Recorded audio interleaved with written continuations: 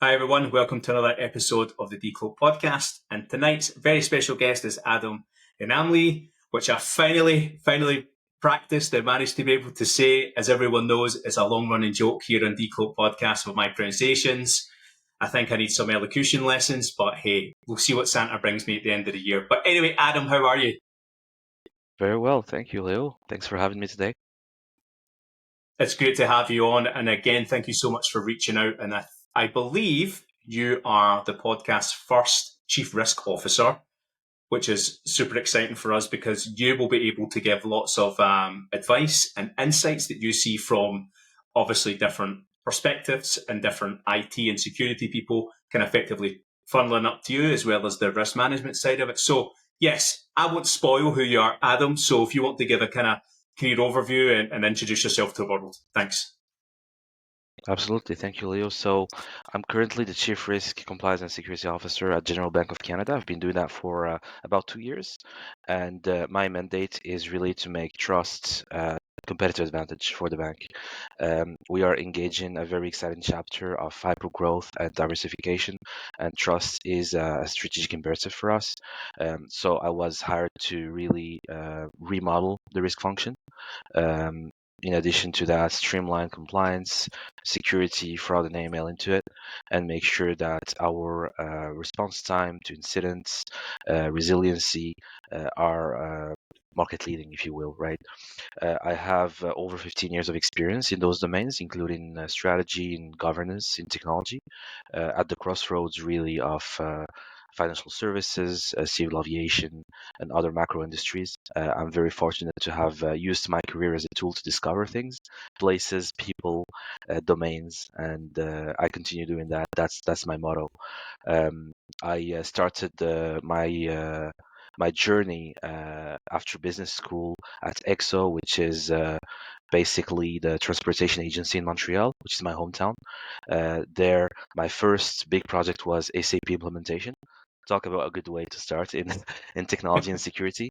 And from there, I evolved into digital transformations.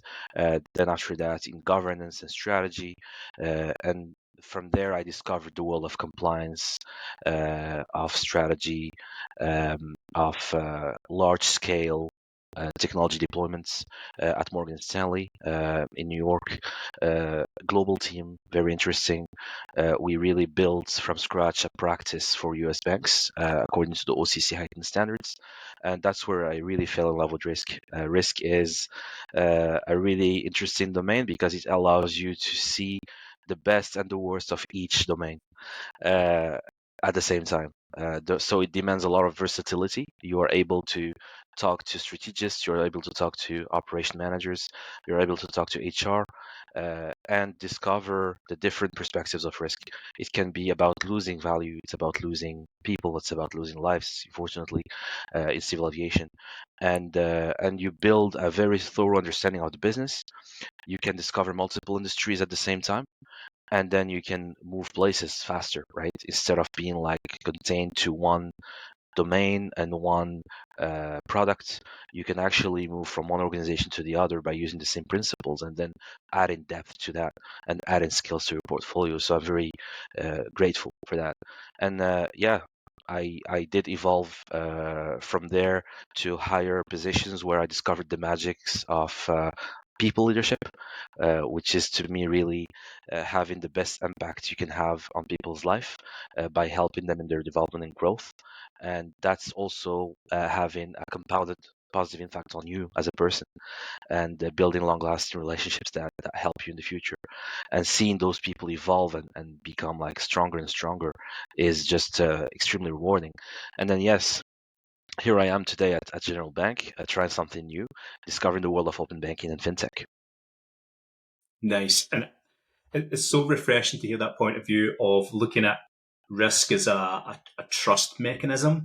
It seems to be Mhm. a new buzzword. I think it's probably been around for the past couple of years of, either risk and compliance and security are now becoming a trust function.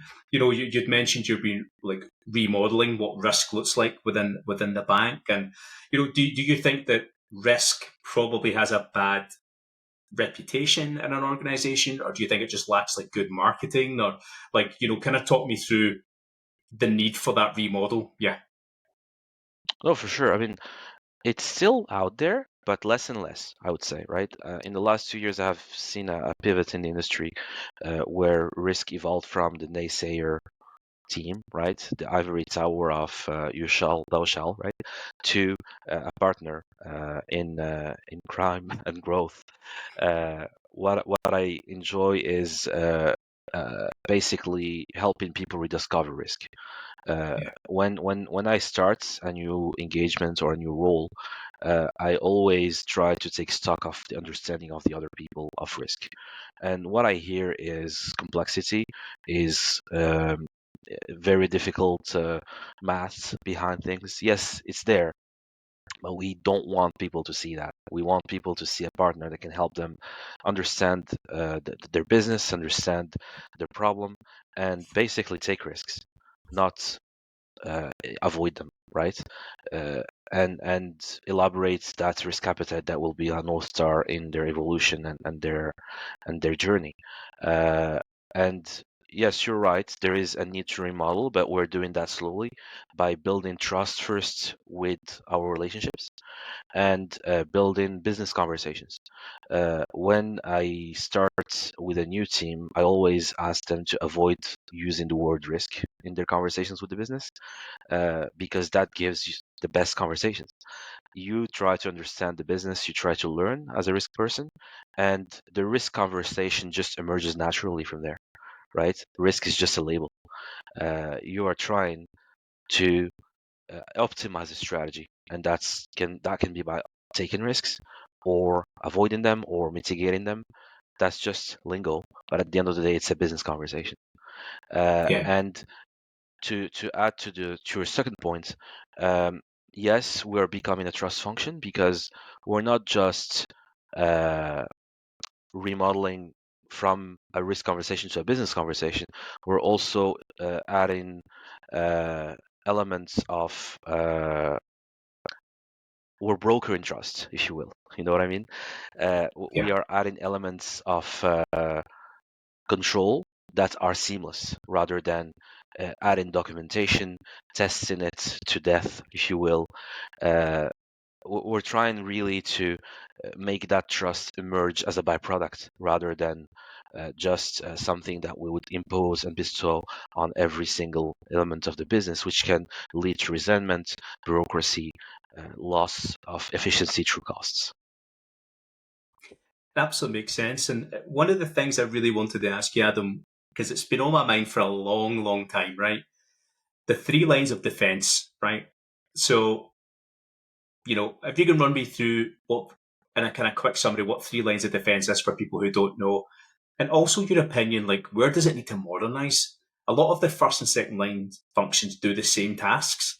Like, do you think it needs like a complete overhaul, or do you think it's dead? I'm interested to know because you're our first ever CRO that we've had on the channel. So, and it's something I've had arguments with people in the past about the three lines of defense, and I know it's just a kind of left field question, but I've always wanted to ask a CRO. Yeah. What I can say is that with all its defects, it works. Yeah, that would be the first thing I would say. Yeah. Uh, However, it needs to be modernized, and I am a partisan of a more extreme idea, which is to just re-engineer it. Uh, However, we need to do that in steps. We need to do that through experimentation, and we need to make sure that we stay within the regulatory um, guardrails that we have Yeah. been provided. Right. That's very important because that helps the stability of the system, and it allows us to continue to enjoy the value creation that pays all of us. By the way, Yeah. Yeah. because cybersecurity and the risk without the business don't exist. What are you Yeah. actually overseeing, right? So uh, I would say, for just a quick one-on-one on lines of defense, you have the first line, which is the business, right? Those are the people who create value. Second line is the oversight. They are meant to be independent. They are meant to test what is being done, and they're meant to provide an objective view in partnership with the first line on what's the right thing to do or not. But they can't make decisions. Decisions always belong to the first line. And then you have the internal audit, which is the third line, which reports directly to the CEO and the board, and has an independence that can't be questioned, that is basically provided to them from a legislative perspective, if you will. There are very good dynamics between the three. I've seen very good collaboration. I've seen a lot of duplication, unfortunately, as you say. My vision is to allow one of the biggest efficiency gains in history by centralizing. And not only centralizing the three lines, but also centralizing the different functions of those lines. For example, when you are dealing with the first line, you're asking them to do risk assessments, right?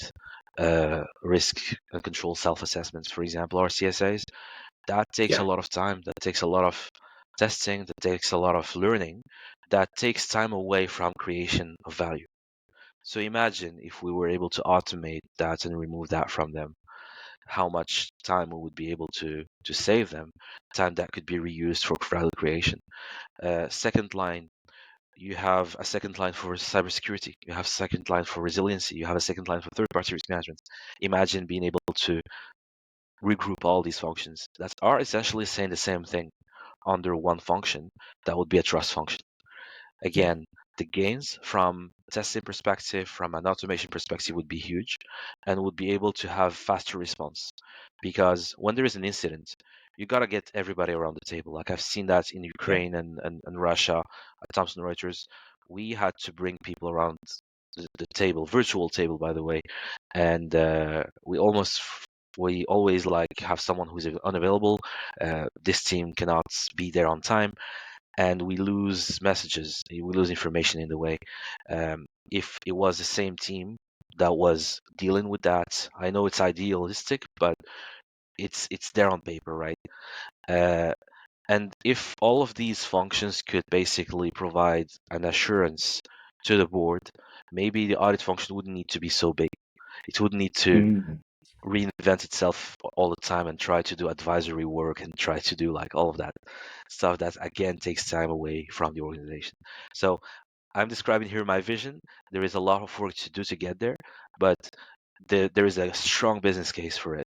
It just needs experimentation, and it also needs goodwill in the industry to move slowly away from the three lines of defense, which were a good way to provide something that works, but there are other ideas now that are emerging.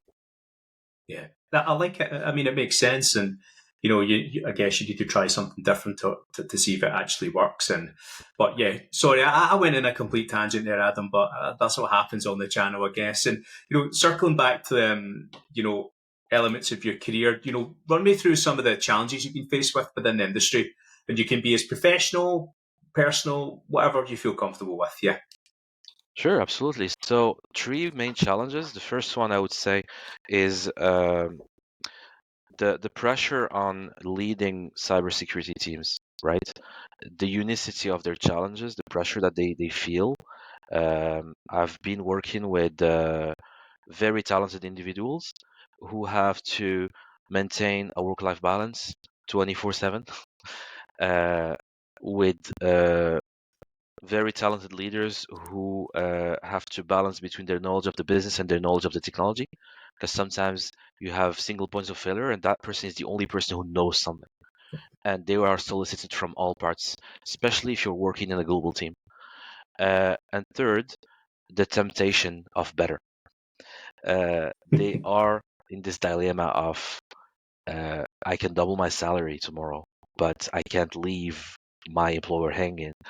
We're working on this important project. I'm the only person who knows this. If I leave, it's 6 months of loss of knowledge. What do I do, right?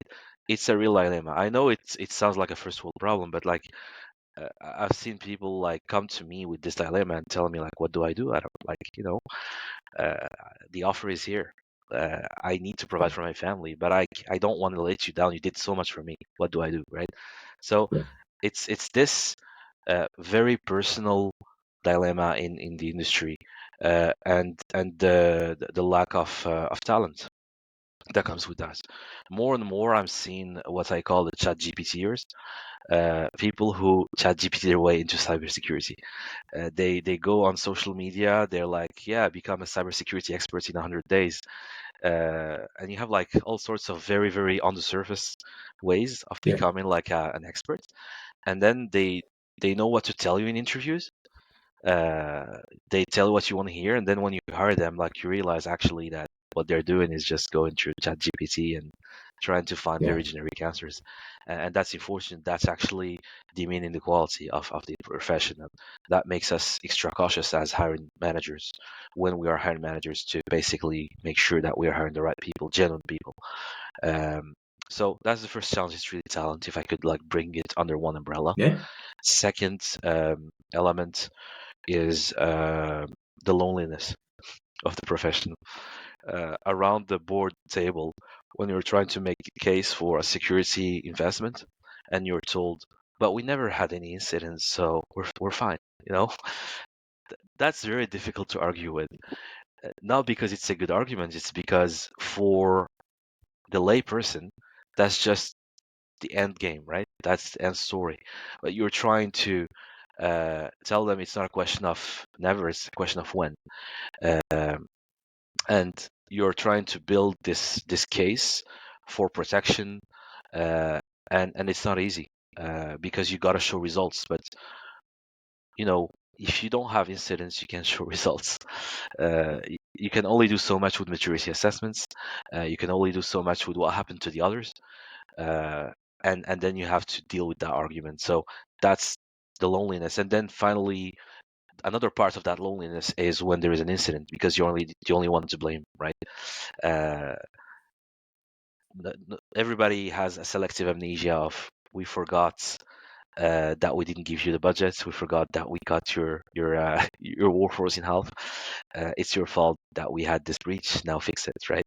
It's a collective effort. Cybersecurity is always a collective accountability.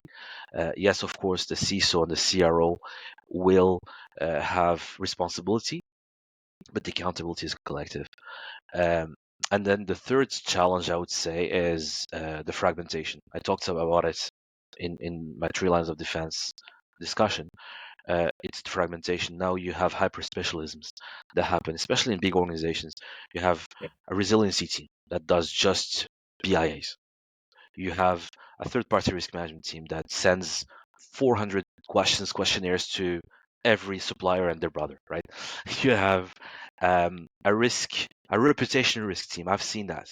Like, believe me, Wow. even if I don't really believe in reputation risk, but there was like a reputational risk team of 7 people doing reputation risk assessments for everything. So I'm just trying to paint here a picture that there is a hyper fragmentation happening. You have now not 1A, 1B. You have 1A, 1B, 1C, 1D even. And that leads to a hyper complexification, if you will, of the patchwork of collaboration. And for risk and for cybersecurity, that's a big problem because the information just get lost. People get caught up on definitions instead of solving problems. Their return to operation and time to respond to incidents is increasing exponentially because of this. And yeah, I mean, again, what I'm trying to illustrate is too many cooks in the kitchen to solve the same problems. And it's a huge challenge from a communication perspective and accountability perspective because at some point you end up in situations where 80% of your conversations are roles and responsibilities clarification conversations, and you can't have that as a CRO or as a CISO.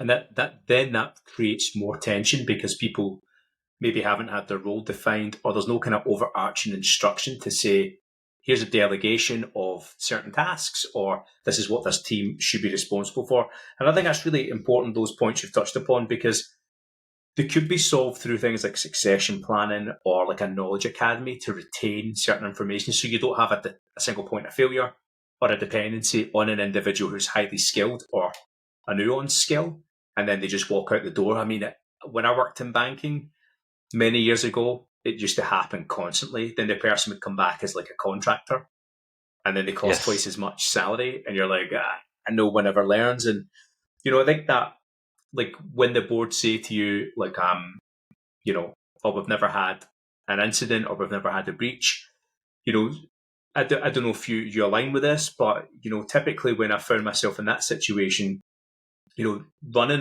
like a proof of concept tool to get the data to then support, hey, we're actually getting attacked, but this is us now being able to turn on the spotlight on this and then use that data to get buy-in. Has that ever been a thing anyone's came to you, Adam? Obviously you're speaking to the board, or you're conduit to the board, and they say, hey, Adam, oh, we've never had a security incident. Would you then have your teams go get that data or deploy tooling to find the data or to find something that's a risk indicator for you? I'm interested to get your point of view. For sure. I mean, where I am now, I feel very fortunate because the board is very supportive, and they want to Yeah, know more, right? Yes, they said we never had uh, a sensitive, a big incident, but they knew it was coming, so they asked to see what happens if we had one, right?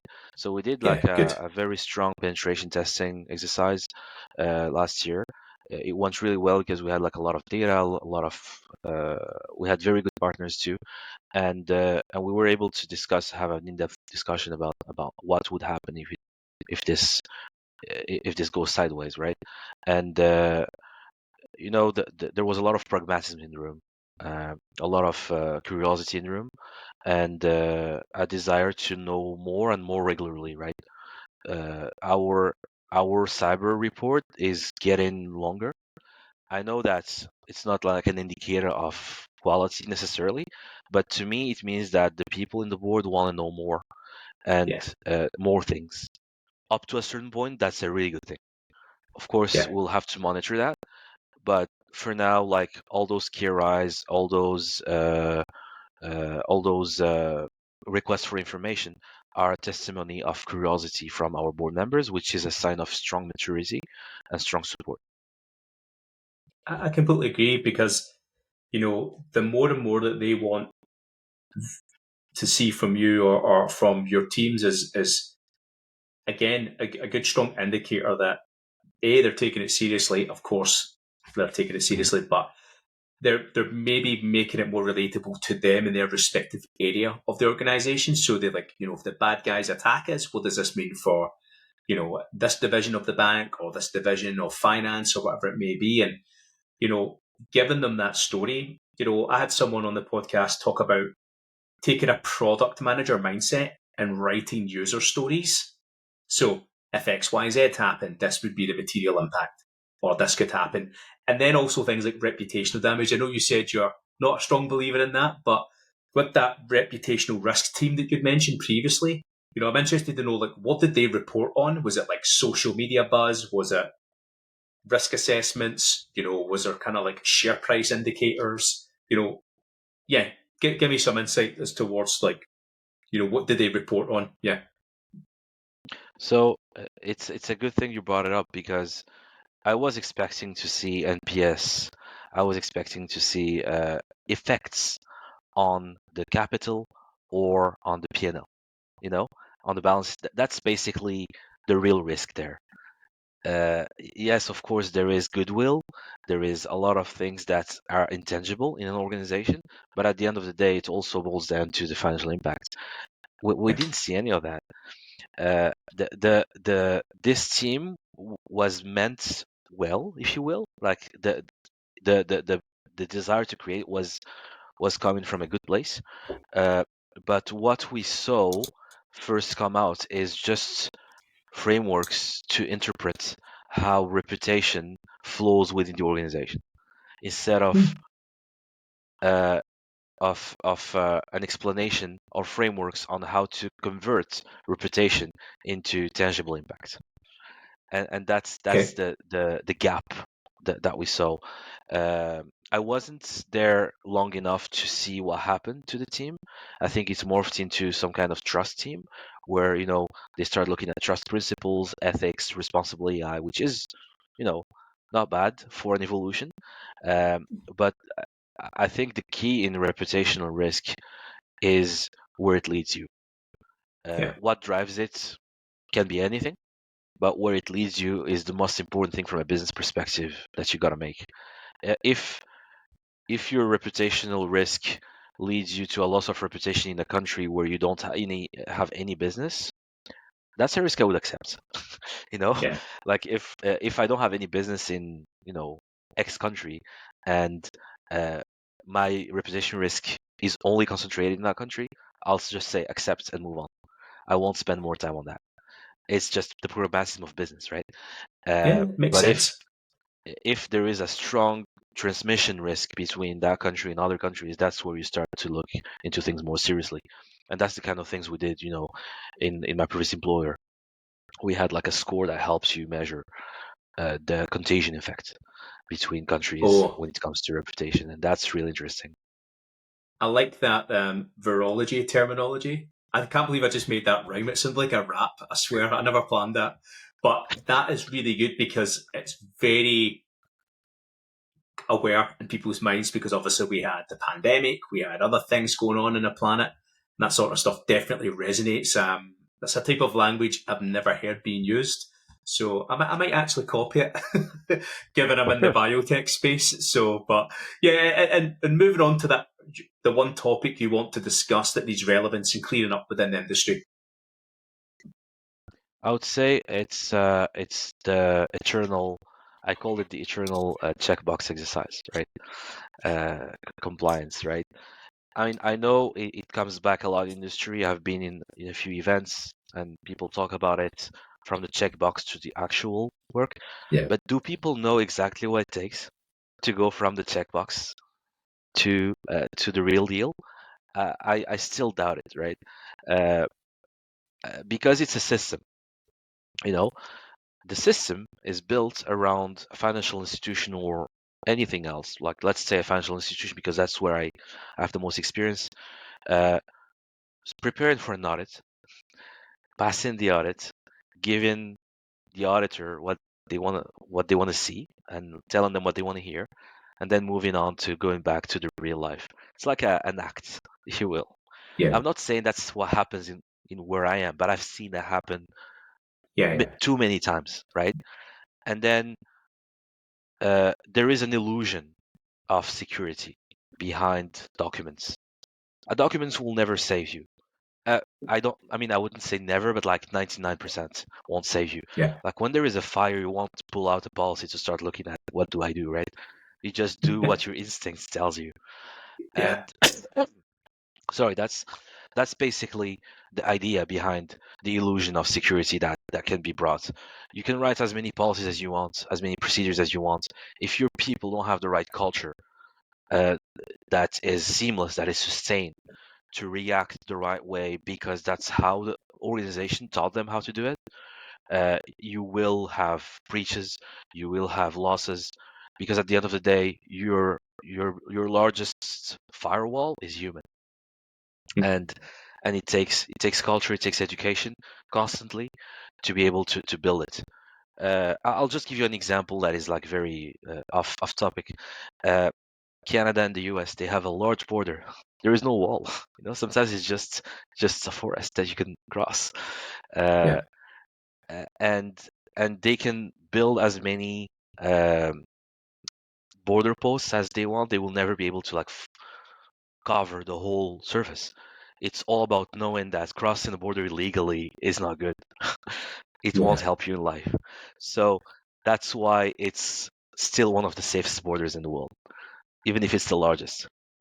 So I'm trying to bring that back to my analogy of a firewall.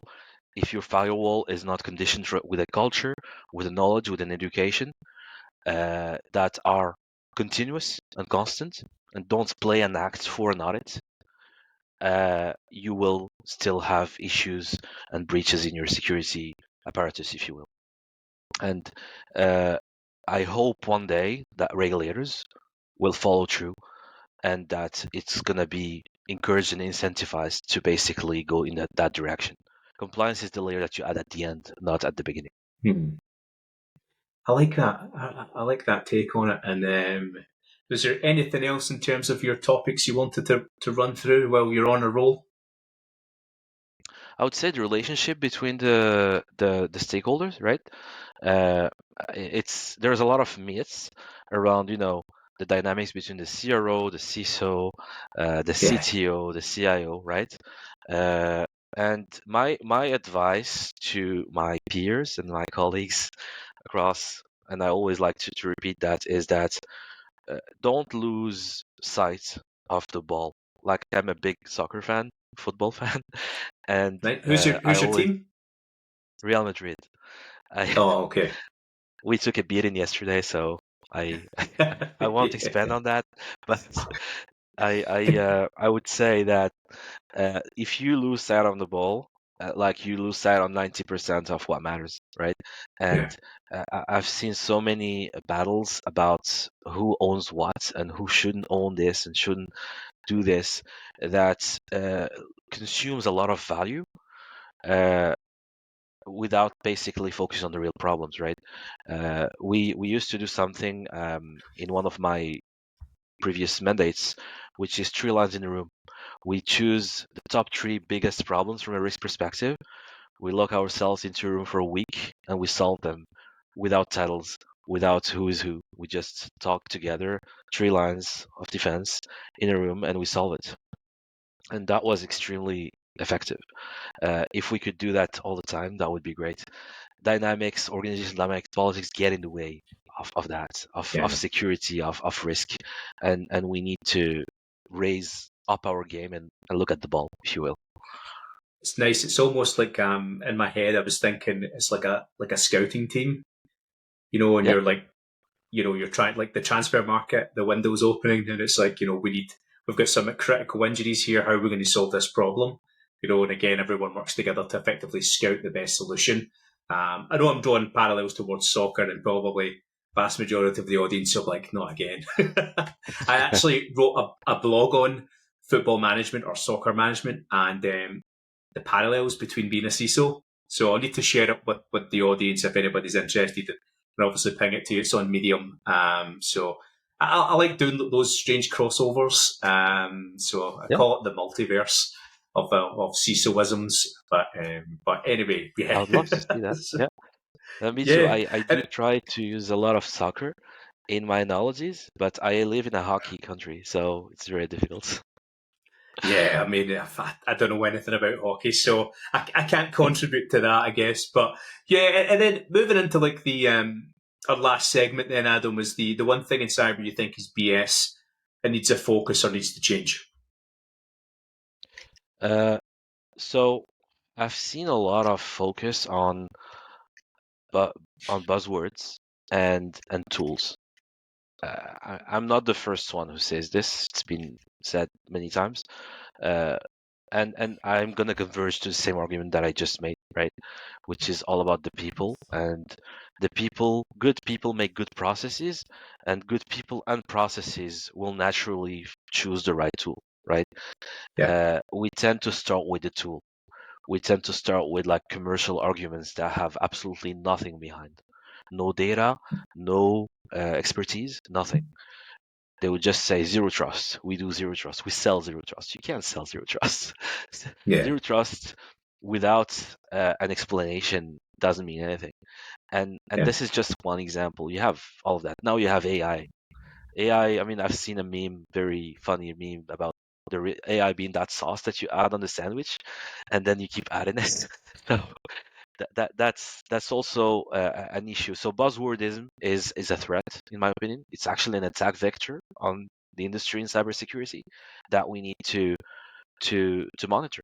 To be very honest, um, we need to look at uh, how we can simplify the narrative, how we can uh, boil down uh, our outputs into very clear messages that the mainstream workforce can understand without trying to prove something to anyone, without trying to be to look like an expert, right? Yeah. That's the key. That's the first step towards mainstream security, mainstream risk management. And then Absolutely. It leads to normalization of risk management. exactly, Yeah. absolutely, yes. And second, it's about those tools, right? I like to one of the first exercises I do whenever I start a new role is to streamline the stack. I will always ask why, and then or what. The or what is I'm gonna cut it, or what, you Yeah. know. And unfortunately, 80% of the time, 90% of the time, like the response is nothing. So nothing is gonna happen. We just had all those controls that we stacked into this cloud solution that is top edge, that does all of these good things, but we don't do any of them, and it costs 70K, 100K a year. So we just keep them just in case. But it's 100K a year just in case. I think it's a little bit expensive. And it happens with a lot of tools. Like someone starts, they had a relationship with a specific vendor. They're like, yeah, I knew them, we worked well together. Let's bring them in. And then you end up with like a very complex web of very complex and expensive web of tools that are used maybe at 5 to 10%. Yeah. At Nafcan, where I was basically working with the CIO and the CISO, 1 year after like a very, very complex cloud transformation, we stopped all the new deployments and we said this year is the year of adoption. If we can't get to 80% of adoption for each tool, the tool is going to be discontinued. And that was a really courageous decision. And that's one of the BS aspects of the industry, unfortunately. Like whenever I go to a conference, there are so many providers. I don't doubt that they have value to provide, but we as users need to be more mature in making those decisions and partnering with those vendors and those suppliers to show real value to the world. I absolutely love that because a lot of people, they don't actually try it at all to get the value to then say, hey, this is how much it's going to cost. Here's what we get from it. Here's who's going to manage us on a day-to-day basis. Here's the actual abstraction from it, rather than like, we bought this thing. It ticks two things in an RCSA or whatever it may be, and it's like, okay, it does, I don't know, 15% of the controls, but you're only really looking at that RCSA or some sort of internal review like once a year or an audit once a year. And it's like, Yeah. as you said, you're buying something very expensive that only ticks the box for 15% of what you actually need. And back to the buzzwords, I think you're right. It creates a kind of element of fear, indecision. It actually silos people if you're not educating folk or you're not detailing that. You mentioned zero trust. Zero trust is the after effect of implementing the technology or the processes. And I think that's quite interesting because it also has an impact on the psychology. I've been in organizations where we've moved from using Excel spreadsheets for audits to into like an automated tool. And people just couldn't adapt to it because they've been so used to using Excel spreadsheets. And then Mhm. once you actually allow them to play with the tool, they're like the biggest adopter now because they're like, oh my God, it saved us like 50 hours 50 hours a quarter or whatever it may be. So yeah, no, it's good insight. And anything else you'd want to add to that, Adam? To build on what you just mentioned, I think one of the good ways of having, I wouldn't say consensus, but convergence towards the tool is to open the choice to your team. So to open the choice to the users, let's say Yeah, I have 30 potential users, 10 super users. I'll ask them, what do you think is the right tool? And you'll see people like outpace themselves, going above and beyond to like talk to vendors. They'll like that because it's a good thing, right? They will have conversations, uh, they'll meet, and they will give you a curated list of top 3 tools. And if you put the right criteria behind the right selection process, your adoption will thank you for that. That's what I did yeah, for my GRC tool. We discontinued one tool that was the source of all problems. I said, I don't think it's the source of all problems, but let's say it was. Let's stop it. Let's choose one. Let's give ourselves 1 year to choose a GRC tool. I wasn't involved in the process. I really genuinely took the recommendation of my users. And so far, so good. I think I love it. giving back the control of the decision to the real users solves a lot of adoption problems. Yeah. And also reduces probably any kind of form of inherent risk as well, and also any long-term financial loss you may incur from a poor adoption and rollout. And, again, I think, what was it? 50% of tools purchased in the US aren't used. Mm-hmm. It's like, that's a Yeah, totally. crazy stat.